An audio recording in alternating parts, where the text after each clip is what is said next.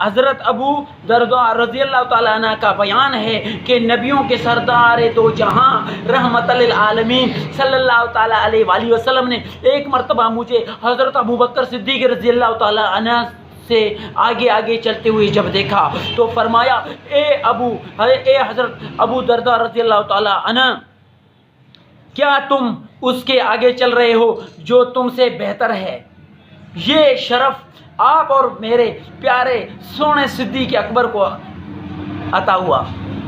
میرے پیارے دوستو، اللہ تبارک و تعالیٰ کے پیارے حبیب رحمت للعالمین رضی اللہ تعالیٰ عنہ کے بارے میں ارشاد فرمایا کہ کیا تم نہیں جانتے کہ نبیوں اور رسولوں کے بعد ابو بکر رضی اللہ تعالیٰ عنہ سے افضل کسی شخص پر نہ تو سورج طلوع ہوا اور نہ ہی غروب ہوا؟ تو میرے پیارے دوستو، اتنا مقام ہے ابو بکر صدیق رضی اللہ تعالیٰ عنہ کا۔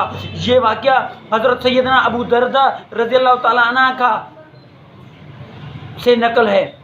تو میرے پیارے دوستو، حضرت ابو بکر صدیق رضی اللہ تعالیٰ عنہ کو اللہ تبارک و تعالیٰ نے کتنا بڑا شان، کتنا بڑا مقام عطا فرمایا ہے۔ دعا کریں اللہ تبارک و تعالیٰ آپ اور ہم سب کو عمل کرنے کی توفیق عطا فرمائے۔ اللہ تبارک و تعالیٰ آپ اور ہم سب کا حامی و ناصر ہو اجمعین برحمتک یا ارحم الراحمین۔